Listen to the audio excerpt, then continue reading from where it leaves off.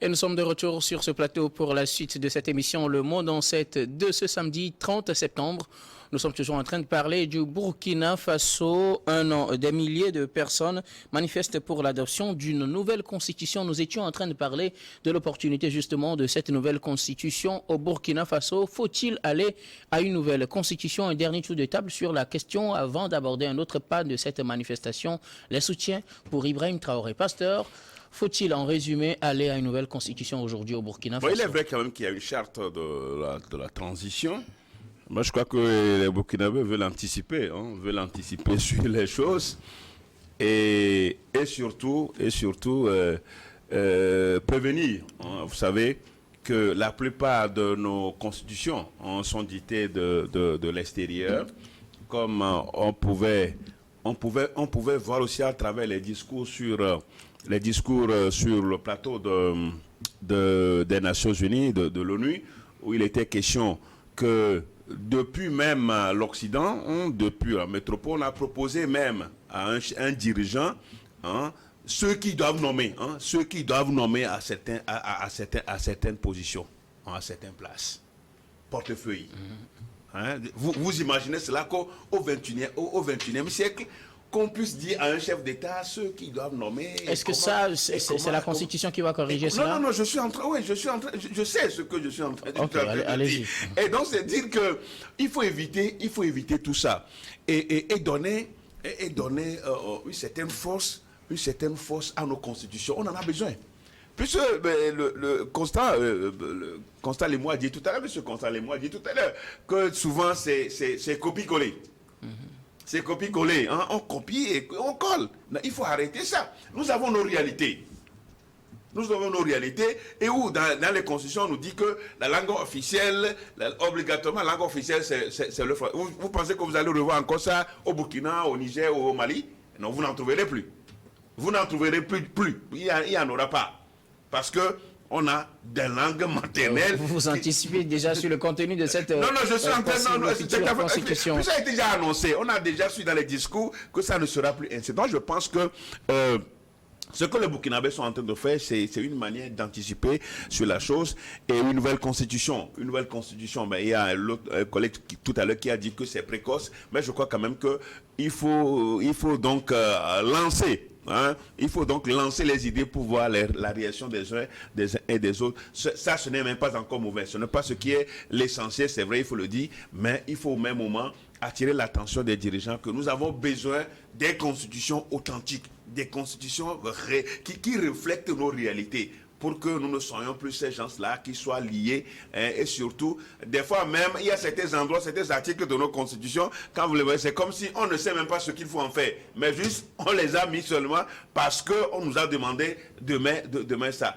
Et surtout, ce qui est aussi important, il va falloir quand même que dans nos constitutions, qu'on puisse voir cette affaire des relations de contre-nature. C'est vrai quand même sur les codes, c'est les codes pénals qui en parlent, mais il faut quand même que ça soit dans nos constitutions et que ça soit sacré. Parce que nous n'avons pas besoin de ce genre de choses, et surtout qui sont conditionnés par les aides et les financements. Si vous ne faites pas ça, on ne va pas vous financer. Je crois qu'il faut sortir de ces financements nous-mêmes, et je pense que l'Afrique aux Africains, c'est ce que je dis, nous avons les moyens pour nous en sortir. Un dernier mot, Kondo?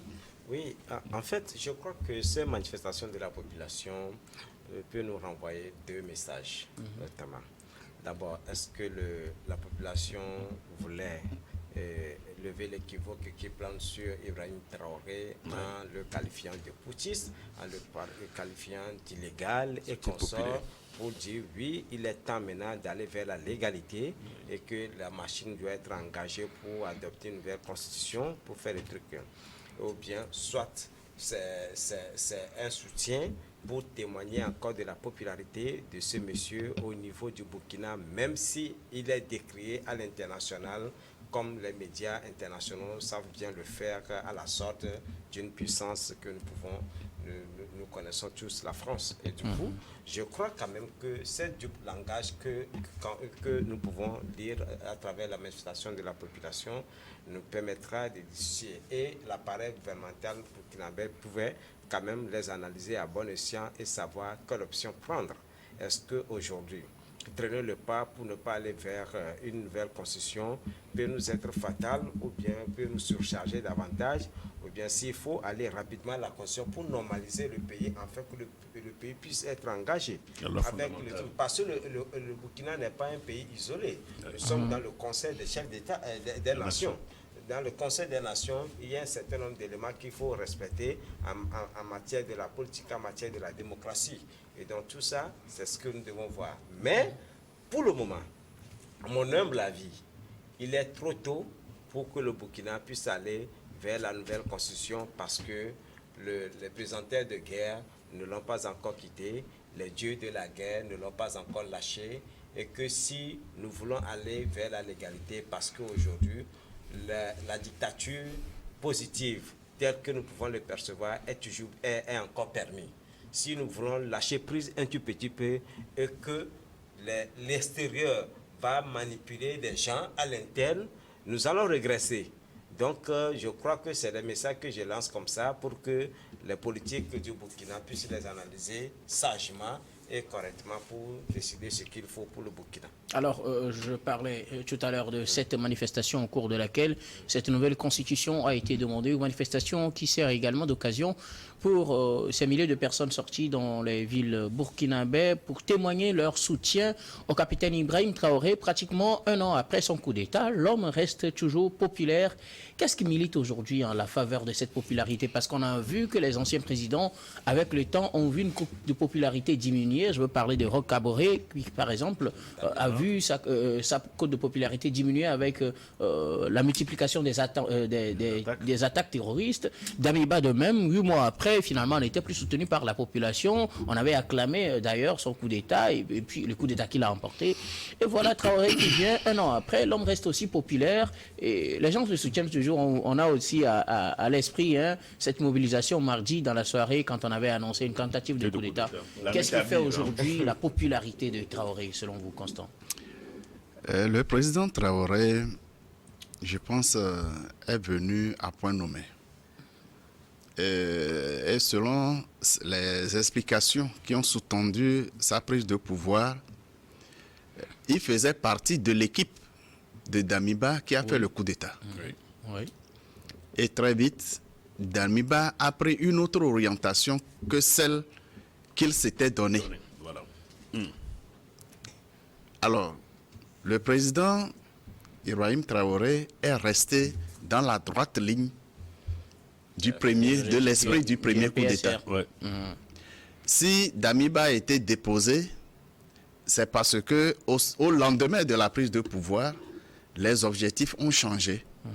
Il a fait dos à la population, au peuple burkinabè, et il était au service de l'extérieur, du dominateur. Oui. Vous vous rappelez, il a été chaleureusement accueilli à Abidjan, où le président Ouattara l'appelle Monsieur le Président. Oui. Au même moment, il condamnait le colonel qui était président au Mali. Oui. Sur le même plateau, au lendemain du coup d'État, je me souviens, j'ai suivi les informations sur les chaînes étrangères, surtout RFI et autres. Sur le même plateau, j'avais exprimé le doute que Damiba soit vraiment là pour, dans l'esprit du coup d'État et pour soutenir la population et lutter contre le djihadisme. Parce que son coup d'État avait reçu un traitement particulier, plus favorable que du Mali. Le coup d'État du Mali. On continuait de tirer à boulet rouge sur le pouvoir de transition malien, mais le coup d'État burkinabè avec Damiba était accueilli favorablement, je peux le dire, même si des déclarations officielles faisaient semblant de condamner, la réalité était autre chose, c'est que Damiba était un pantin réel du néocolon. C'était un pantin. Par conséquent, la population a vite découvert la supercherie et il ne pouvait continuer à être adulé. La population pensait qu'il était venu pour sauver la situation, mais il est venu plutôt l'enfoncer. Il ne pouvait pas garder la popularité. Aujourd'hui, Ibrahim Traoré est plus populaire que jamais parce qu'il partage le quotidien de tous les Burkinabés. Il partage le quotidien et certains le critiquent aussi des actions de certains Burkinabés le critiquent souvent. Ça ne s'arrêtera pas du jour au lendemain, ces critiques. Ça ne s'arrêtera pas. Les mécontents, ceux qui profitaient du chaos, ne sont pas contents. Ils vont critiquer. Ils vont trouver des arguments pour dénigrer. Mais personne n'est dupe. Aujourd'hui, toute la population est éveillée. Tous les citoyens du Burkina sont éveillés et savent quel est le combat que le président Traoré est en train de mener. Et chaque jour, par la communication, par des actes concrets, il y a un réel mariage entre le pouvoir et la population. Et là, on n'est pas surpris que cette population sorte chaque fois qu'elle sent que celui-là qui est venu pour les aider à s'en sortir est menacé. C'est-à-dire que la population est la garde, quoi. Il y a la veille citoyenne aujourd'hui. La veille citoyenne est bien claire. Aujourd'hui au Burkina. Et qui et fait donc, moindre chose, on est alerté. Le peuple est debout. Et puis, j'allais ajouter, si vous permettez, concernant la Constitution, tout se passe comme si ce sont les organisations sous-régionales qui ont créé les pays. Et pour toi, c'est le contraire. C'est le contraire. Ce sont les pays qui ont créé les organisations sous-régionales. Et finalement, il y a, je l'ai déjà dit précédemment, un canevas de constitution que chacun devrait remplir tout simplement. En changeant un nom par un autre. Mais aujourd'hui, vu le pouvoir de transition au Burkina, vu le pouvoir de transition au Niger, au Mali, et l'adhésion en Guinée également, et l'adhésion de la population, je pense que la nouvelle constitution devrait donner un nouveau rôle aux armées. Ok. Kondo, un dernier mot rapidement. Qu'est-ce qui fait selon vous la popularité de Traoré un an après? Vous savez, c'est quelqu'un qui dans un premier temps, comme M. Lemou l'a dit, qui a respecté l'agenda du putsch qui a été donné. Oui. Et vous allez voir, contrairement à Damiba, qui a été reçu tapis rouge déroulé à Côte d'Ivoire et qui a vu venir Blaise Compaoré au Burkina et qu'il a laissé partir sans l'avoir arrêté alors qu'il y a eu un mandat d'arrêt contre la personne. Du coup, je crois quand même que ça ne pouvait pas être autrement. Ça ne pouvait pas être autrement et c'est maintenant le rôle de Traoré de bien huiler ses stratégies pour que la machine puisse prendre. Et aujourd'hui, les Burkinabés sont rassurés qu'ils ont un leader, ils ont une icône maintenant qui peut les aider à rêver grand. Et aujourd'hui, ce monsieur ne peut pas ne pas avoir l'adhésion de toute la population.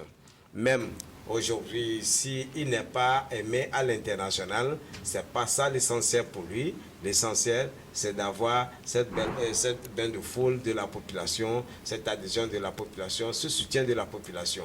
Et comme on le disait souvent, c'est de cela qu'il s'agit. Il va falloir être élu par sa population. Et lorsque les gens veulent vous imposer des choses que vous n'acceptez pas et qu'on veut vous assassiner, qu'on rencontre la population sur le chemin, que de vouloir faire dos à la population et se faire élire par un pantin qui est quelque part et puis qui va vous lâcher très rapidement, comme on a vu Ali Bongo qui a été lâché. Traoré n'est pas l'image d'Ali Bongo, c'est un homme nouveau pour l'Afrique qui est en train d'insuffler une dynamique et je crois que aimé par sa population, il fera une référence certainement et nous irons encore de l'avant en espérant que l'Afrique sera un continent qui va retrouver toute sa noblesse et qui sera convoité, qui fera vraiment la fierté de l'humanité. Alors, merci beaucoup. Nous allons rester avec vous pour aborder, s'il vous plaît, pour aborder notre quatrième sujet. Nous prenons la direction du Niger, de la Côte d'Ivoire pour parler du Niger. L'option militaire reste possible selon le porte-parole du gouvernement ivoirien. L'option d'une intervention militaire de la CEDEAO au Niger reste sur la table de la Côte d'Ivoire et la Côte d'Ivoire se conformera aux décisions prises collectivement par l'organe communautaire. À l'issue d'un conseil des ministres ce jeudi en Côte d'Ivoire, Amadou Koulibaly, le porte-parole du gouvernement ivoirien, a précisé ceci.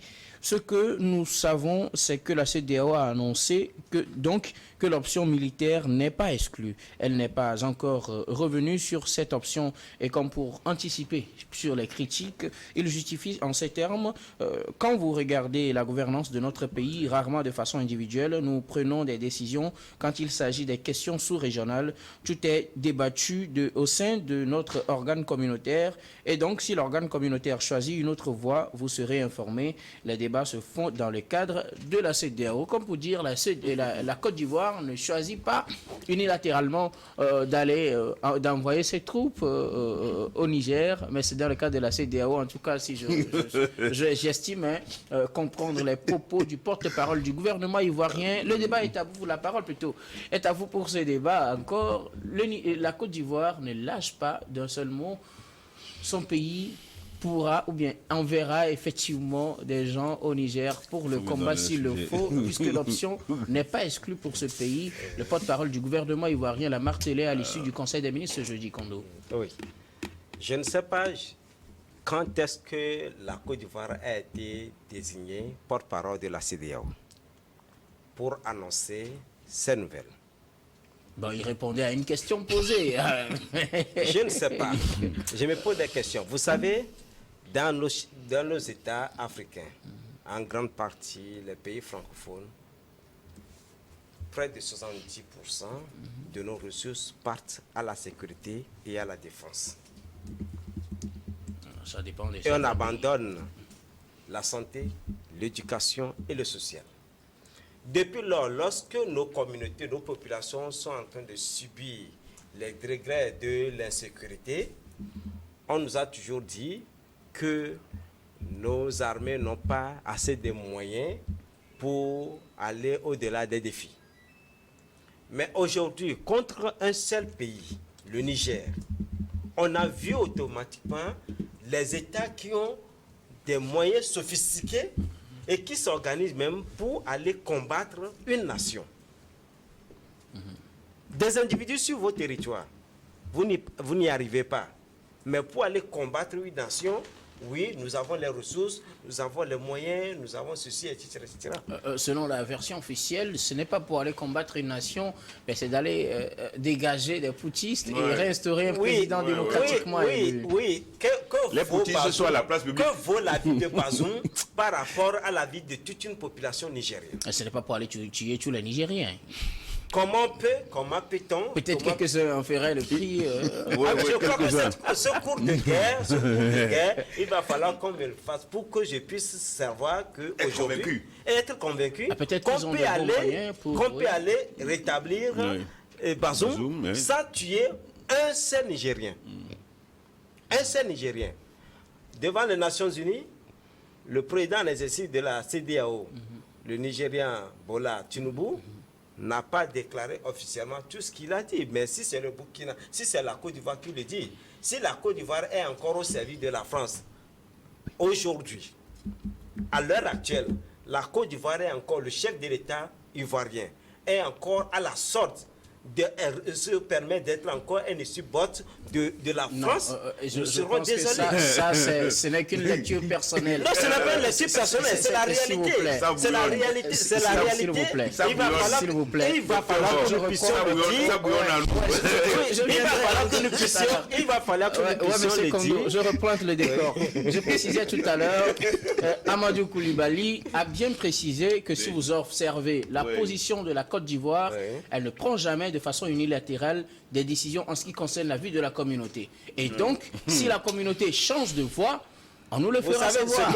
Pour le moment, la décision de la CEDEAO, c'est d'aller, en tout cas, envoyer des militaires au Niger pour rétablir l'ordre constitutionnel. En tout cas, c'est la dernière annonce officielle. Lorsque le débat était au sein de la CEDEAO sur l'instauration de la monnaie éco, Est-ce que la CEDEAO avait cette position que la Côte d'Ivoire avait prise malheureusement, nous le disons. Nous ne parlons pas de la monnaie éco, mais je pense que quand on parle de la guerre, on parle de l'économie. Quand on parle de la guerre, on parle de l'économie. Qu'est-ce qui a amené les crises? C'est justement parce qu'au niveau économique, la population n'arrivait pas à se suffire. Il y a la pauvreté qui dominait, il y a la faim qui est là, il y a l'absence des soins de santé, un certain nombre de choses qui font qu'aujourd'hui, la population était obligée de saluer les coups d'État.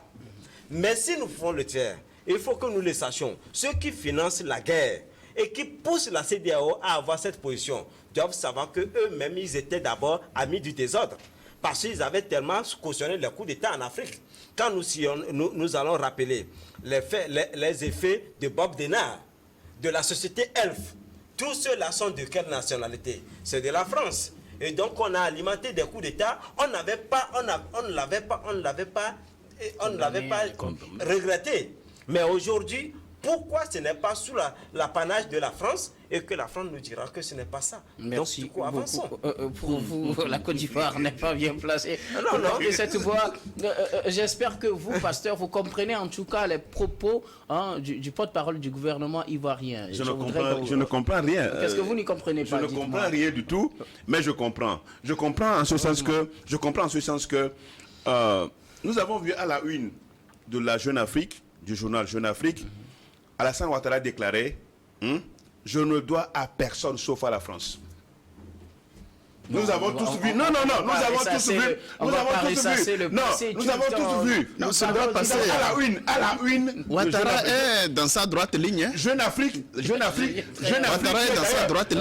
d'ailleurs. En tout cas, sur ce plateau, on va demander, en tout cas, moi en tant qu'un Africain, je demanderais que Jeune Afrique cesse d'usurper le nom de notre continent.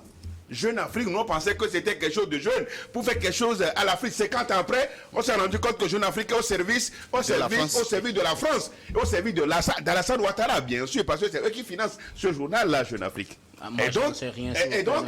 Donc, la question qu'on peut se poser, est-ce qu'aujourd'hui, Alassane Ouattara est le président en exercice de la CEDEAO? Nous parlons de Madjou Koulibaly, pas je dis, est-ce que est-ce que Alassane Ouattara est le président en exercice de la CEDEAO? Il n'en est pas le président. Toutes les questions qui doivent concerner la CEDEAO passent toujours par le président en exercice. Ben, c'est normal. C'est le président. Non, pasteur, s'il vous plaît, permettez-moi de replanter le décor, s'il vous plaît. C'est à l'issue d'un conseil des ministres. On n'en a pas besoin. Et on vous pose la question sur la situation. Il est bien obligé de répondre. En principe, un gouvernement responsable doit dire non, il faut poser la question au cabinet du président en exercice de la CEDEAO. Parce que, oui, bien sûr, toutes les informations doivent venir de là. Mais aujourd'hui, Alassane Ouattara se prend comme si c'est lui le président en exercice de la CEDEAO. Et il est entré, c'est un conflit de leadership aujourd'hui. Puis depuis le début, on a senti qu'Alassane Ouattara se passait pour le président en exercice de la CEDEAO. Et c'est lui, pendant les réunions importantes de la CEDEAO, c'est lui qui organisait la conférence de presse avec ses médias. Rien ne lui interdisait d'organiser une conférence de presse et de donner sa position. Il fait trop de zèle. Et aujourd'hui, tous les Africains savent très bien que Alassane Ouattara continue de remercier la France pour l'avoir établi en chassant Laurent Gbagbo aujourd'hui. Donc la France est dans ce... Est-ce qu'on ne voit finalement pas les diables partout? Et surtout pour lui avoir donné encore un troisième mandat. Vous vous rappelez que Macron a dit, au début, quand il a donné, il voulait quitter le pouvoir. Il voulait quitter le pouvoir en cédant à son dauphin. Macron a dit, c'est une bonne chose. Mais dès qu'il y a encore le dauphin a été assassiné, il est mort. Il est mort. Aussi, c'est la mort. N'exagérons pas. Ok. Il est mort. Il est mort. Le dauphin est mort. L'assassiné n'est pas vivant. Mais il est mort, s'il vous plaît. N'exagérons pas. Non, ok, il est mort. Donc, il est par défaut de candidat, comme Alassane Ouattara a dit, il a pris le troisième. Et Macron l'a encore remercié, l'a encore félicité pour son élection. Vous voyez que ça, c'est fait du bien en Afrique. Donc aujourd'hui, parlons du Niger. Oui, revenons au Niger rapidement. La Côte d'Ivoire n'a pas grande armée. La Côte d'Ivoire n'a que de la gendarmerie et de la police, n'a pas trop grande armée.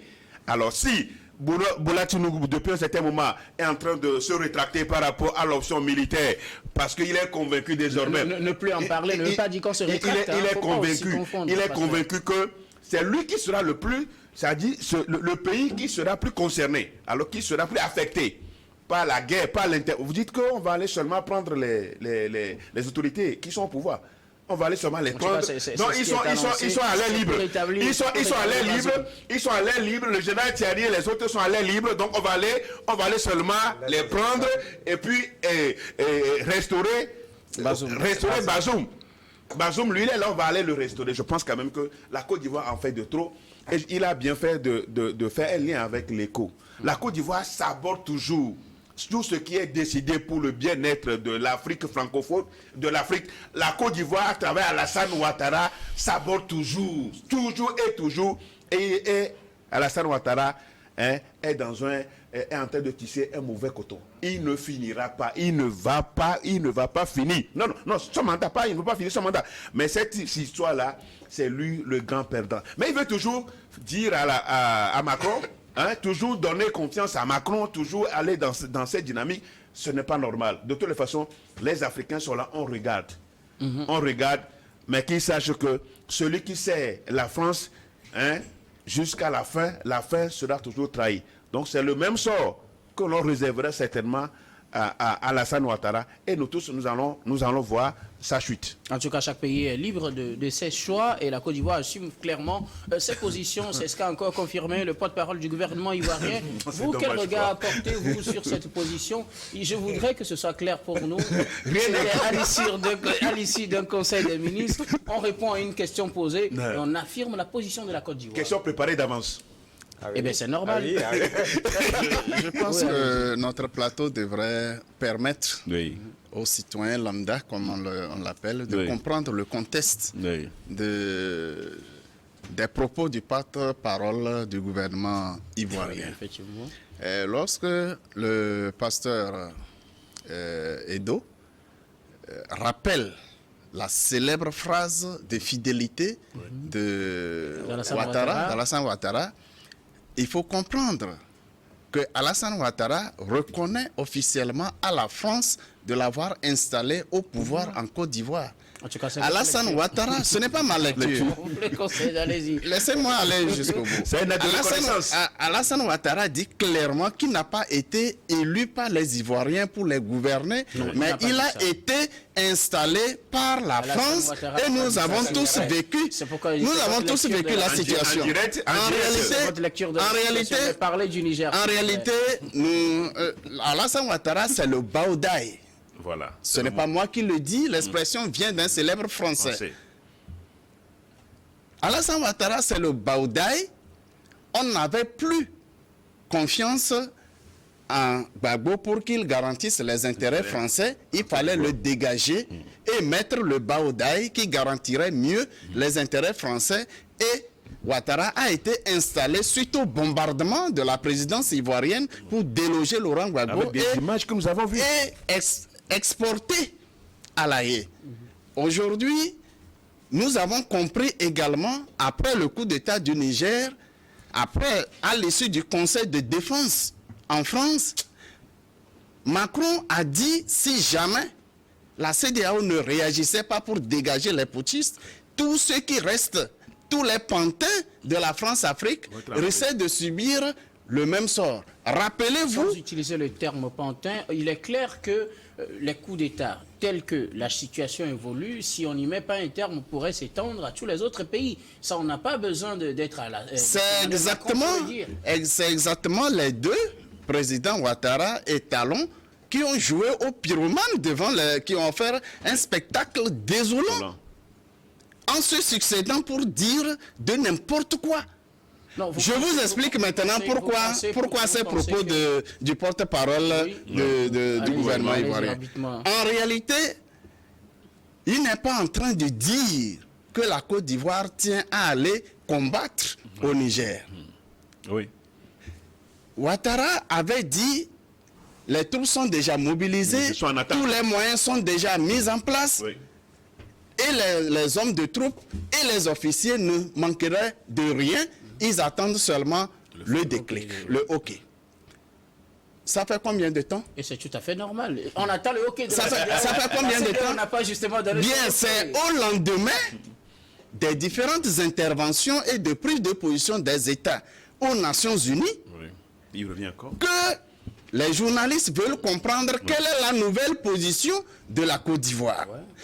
Le porte-parole ne peut pas dire, eh bien, nous n'irons plus combattre la junte militaire au Niger. Il ne peut pas le dire parce que c'est la CEDEAO, c'est au nom de la CEDEAO que les troupes ivoiriennes étaient mobilisées.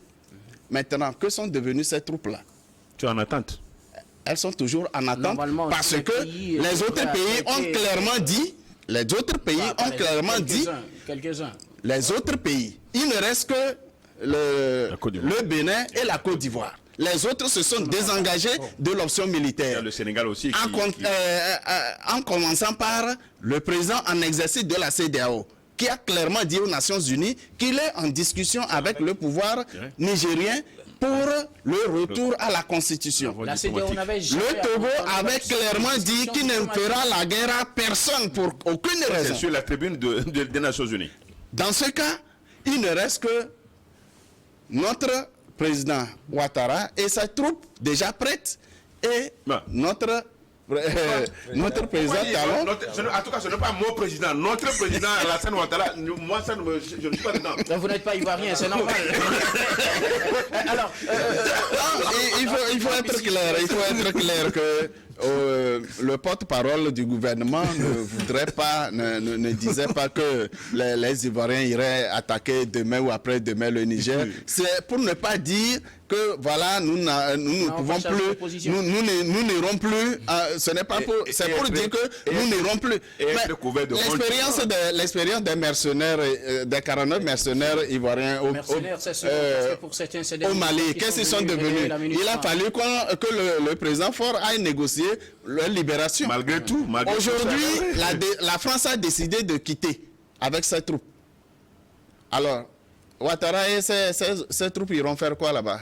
Si la CEDEAO leur donne la permission, ils iront bien sûr. En tout cas, c'est... Eh bien, celui qui doit donner la permission, le président en exercice qui doit donner la permission dit « Je ne suis plus dans l'option militaire ». En tout cas, c'est la CEDEAO qui décidera, pas un président. Rapidement, s'il vous plaît. Il semble que la CEDEAO a de plomb dans l'aile et que cette institution doit vraiment reconnaître, doit aller vers une refonte, une reconstruction de cette institution afin que les rôles régaliens qui lui sont reconnus puissent être faits. Aujourd'hui, pour le simple fait que de la libre circulation des biens et des personnes, on n'y arrive pas. Maintenant, ce n'est pas intervenir au Ghana. Or, cela ne fait pas même marge dans les prérogatives de la CEDEAO d'aller attaquer un État. Merci beaucoup. Pas possible. Malheureusement, le temps est contre nous. On ne pourra plus trop aller dans les détails. Nous allons aborder notre dernier sujet. Nous revenons au Togo. Bientôt, une troisième université publique. L'information a été rendue publique à l'issue d'un conseil des ministres, celui tenu ce mercredi au Togo. Le pays donc prend l'engagement d'installer une troisième université publique. Elle se situera à Dacha. Le Togo a inscrit donc à l'amélioration de la qualité de l'enseignement supérieur au rang de ses priorités, et donc ce qui permet donc au Togo d'avoir une troisième université publique. Elle se situera dans la région des plateaux, plus précisément à Dacha. Vous, comment avez-vous accueilli l'annonce de cette nouvelle? On pourra dire et enfin, ou bien ce n'est pas trop tôt? Alors, comme nous parlons de l'université, on parle de l'enseignement, de l'éducation. Oui. Je voudrais, à travers ce plateau, présenter, avoir mes pensées à ce qui s'est passé à Blita, où il y a eu l'effondrement d'une école, où il y a eu des morts, un élève et puis un enseignant et puis d'autres blessés. Non, c'est 2 élèves morts. Deux élèves. Un enseignant blessé. Un enseignant blessé. Donc je voudrais profiter de ce plateau pour présenter mes condoléances à ces familles-là et souhaiter prompte guérison à ceux qui sont blessés, et au même moment profiter pour dire justement, puisqu'il s'agit de l'enseignement, de revoir nos infrastructures. Et on l'avait toujours dit sur ce plateau, qu'au moment où le ministre Kokoroko, qu'on ne le veuille pas, fait quand même quelque chose de bon, au moment où il avait commencé par décider la fermeture des écoles privées, nous étions sur ce plateau, nous avions dit que ça ne suffit pas, puisqu'il y a des écoles publiques qui sont dans des états plus délabrés que les écoles privées, on l'avait dit. Il fallait aussi voir ces établissements-là pour éviter ce qui s'est passé. Et au même moment, dire que ce qui s'est passé au moment à l'entrée juste, à la rentrée, il faut fermer aussi une école, ce n'est pas normal. On n'a pas vu, est-ce que les enseignants n'ont pas vu l'état du lycée de 2 février, c'est à la rentrée qu'on ferme, ça aussi c'est des choses, c'est des défaillances très graves. Mais rapidement, revenons à Dacha, puisque ça à Dacha, justement, je pense que c'est tard, mais c'est bien. C'est tard, non seulement une 3e université, une 4e, pourquoi pas une 5e. Parce qu'aujourd'hui, au XXIe siècle, chaque région doit avoir son université. À Sokolé, il faut en avoir à Takma, il faut en avoir à Dapao, il faut en avoir pour la région des Savanes. Parce que les gens souffrent beaucoup. Juste après le baccalauréat, quitter Dapao pour venir à Kara, c'est une distance. Et donc, quitter d'autres contrées pour venir à Lomé, pour l'université publique, parce que n'ayant pas des moyens pour aller dans les universités privées, donc je pense quand même qu'il faut carrément revoir ça. Une 3e université, c'est une bonne chose. Et il faut prendre les mesures pour avoir des bâtiments. Il ne faut pas aller prendre peut-être le truc de Dacha, l'usine de textile de Dacha, qui a un problème pour en faire une université. Il faut carrément construire. Puisque vous prenez l'hôtel de l'université de Kara, n'est pas encore proprement créé. Vous voyez, c'est pas encore en matière d'infrastructure d'accueil. Donc on ne va pas créer pour créer. Il faut mettre les étudiants dans des meilleures conditions d'apprentissage, de formation, pour pouvoir les doter d'une connaissance, mais étant donné que c'est le Togo de demain qui se prépare. Donc, c'est bon, mais il faut pas seulement que ça soit sur papier, il faut mettre vraiment une université en place. Et je ne sais pas si j'aurai encore le temps de parler, je vais profiter en même temps pour rappeler au ministre Kokoroko que les enseignants licenciés sont toujours là. Ça, les enseignants licenciés. C'est le ministère des enseignements primaires, secondaires et techniques. Nous parlons du supérieur. Non, je dis oui, bien sûr. Parce que nous sommes dans l'enseignement. Là, vous allez permettre aux autres de réaliser la question de Dacha. Je vais revenir naturellement sur ça. Monsieur Kondo, une 3e université publique au Togo, ce sera à Dacha, dans la région des plateaux. Vos réactions? Oui, permettez-nous d'incliner notre souvenir devant la mémoire de ces enfants qui viennent de nous quitter, simplement parce qu'ils sont allés chercher leur éducation à l'école et on les a retrouvés sans vie. Et à cet enseignant qui est blessé, nous lui souhaitons prendre rétablissement rapidement pour qu'il retrouve ses fonctions.